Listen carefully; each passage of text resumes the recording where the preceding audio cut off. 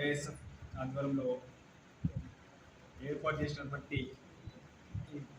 Print electronic పత్రికా సమావేశంలో నాతో పాటు పాల్గొన్నటువంటి హన్మకొండ జిల్లా గారి సంతోష్ గారికి, అదేవిధంగా హన్మకొండ జిల్లా ఆఫీస్ పేర్లందరికీ ఏఎస్ఎఫ్ రాష్ట్ర సమితి పక్షాన విప్లవాలను తెలియజేస్తూ, ఈరోజు ప్రధానంగా 2024-25లో జరిగినటువంటి నీట్ కౌన్సిలింగ్ సంబంధించి ఈ మెడికల్ కౌన్సిలింగ్లో ఏదైతే ఎంబీబీఎస్ బీడీఎస్లతో పాటు ఆయుష్ కోర్సులు అయినటువంటి హోమియోపతి, ఆయుర్వేదిక్, యునాని, నేచురోపతులు కూడా ఒకేసారి అడ్మిషన్ల ప్రక్రియ చేపట్టాలని చెప్పేసి ఏఎస్ఎఫ్ రాష్ట్ర సమితిగా మేము డిమాండ్ చేస్తూ ఉన్నాం.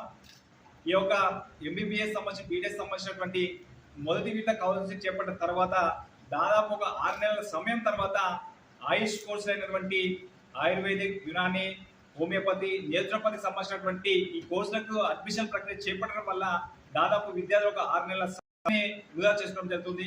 దాంతోపాటు అనేక రకాల ఇబ్బందులు ఎదుర్కొంటా ఉన్నారు.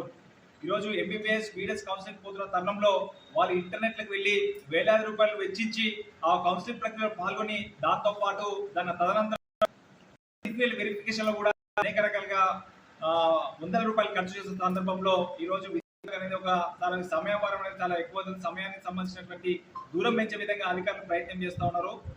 అంటే మేము ప్రధానంగా డిమాండ్ చేస్తుందంటే ఈరోజు నీట్ ఈ అందరికీ ఆయుష్ సంబంధించి అదేవిధంగా అల్లోపతి సంబంధించినటువంటి ఒకే ఎంట్రన్స్ పరీక్ష నీట్ అయిన సందర్భంలో ఎందుకు ఈ వేరువేరుగా పెడతారని చెప్పేసి మేము ప్రధానంగా ప్రశ్నిస్తా ఉన్నాం.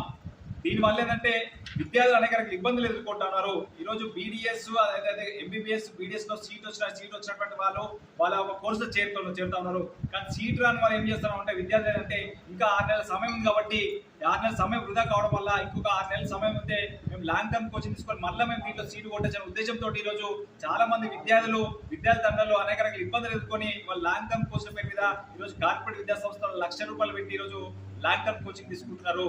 దీనివల్ల విద్యార్థులు అదేవిధంగా విద్యార్థులు అధికంగా నష్టపోతున్నారు. కాబట్టి మేము ప్రధానంగా డిమాండ్ చేస్తామంటే ఏదైతే కాలేజీ హెల్త్ యూనిట్ సంబంధించినటువంటి అధికారులు మేము విజ్ఞప్తి చేస్తా ఉన్నాం. మీరు ఏదైతే యుద్ధ ప్రాతిపదికన 2024-25 జరిగినటువంటి ఈ యొక్క మెడికల్ కౌన్సిలింగ్ లో అల్లోపతి కోర్సుతో పాటు ఆయుష్ కోర్సులో ఒకేసారి అడ్మిషన్ ప్రక్రియ చేపట్టాలని మేము డిమాండ్ చేస్తా ఉన్నాం.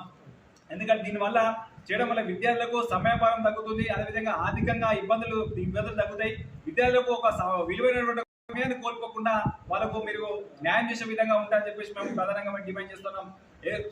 సింపుల్ చిన్న ఇంజనీరింగ్ కళాశాలలో దాదాపు 12 బ్రాంచ్లతో కోర్సు నిర్వహిస్తున్నారు. ఈ 12 బ్రాంచ్లతో దాదాపు 1,20,000 మంది విద్యార్థులు ఈరోజు కౌన్సిలింగ్ లో పాల్గొంటున్నారు. అంటే ఎంసెట్ సంబంధించినటువంటి ఇంజనీరింగ్ సంబంధించినటువంటి విద్యార్థులు ఒకేసారి ఈ రోజు కౌన్సిలింగ్ ప్రక్రియ చేపట్టి అడ్మిషన్ ప్రక్రియ చేపడుతున్నారు. మరి ఎందుకు